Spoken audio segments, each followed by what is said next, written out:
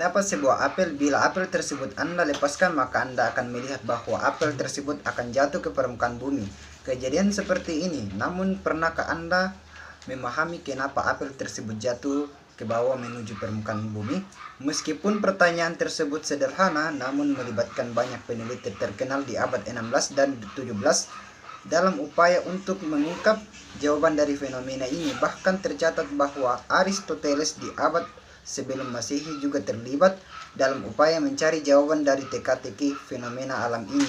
Bahkan tercatat bahwa jawaban dari fenomena alam tersebut barulah terungkap menjelang berakhirnya abad 17 oleh ilmuwan fisika dalam matematika Inggris yang bernama Isaac Newton.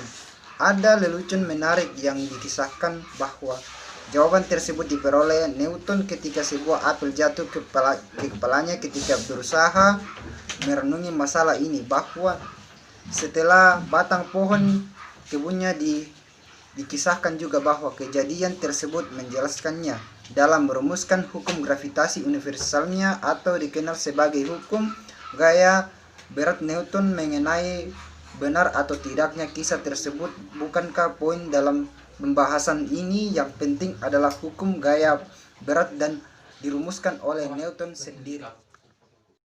Hukum gaya berat menyatakan bahwa jika kita punya dua benda bermassa yang dipisahkan oleh jarak tertentu, akan cenderung tarik-menarik dengan gaya yang sebanding dengan perkalian dari dua massa tersebut dan berbanding terbalik dengan kuadrat jarak antara enam kedua benda.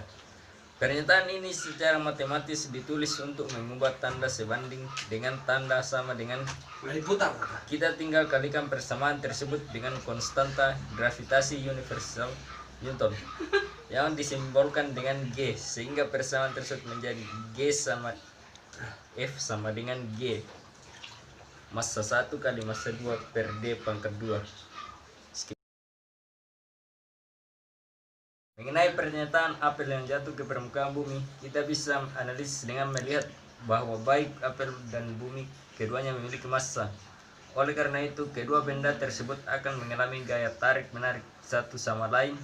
Dalam kasus ini, bumi menarik apel dan sebaliknya apel menarik bumi dengan gaya yang sama besarnya. Di sini jarak antara apel dan bumi dihitung dari apel ke pusat bumi yang berada sekitar 6.370 km di bawah permukaan bumi. Dengan hukum gaya gerak berat Newton, kita memahami asum babunsum dari apel yang jatuh ke bumi, namun rasanya ada yang masih mengganjal.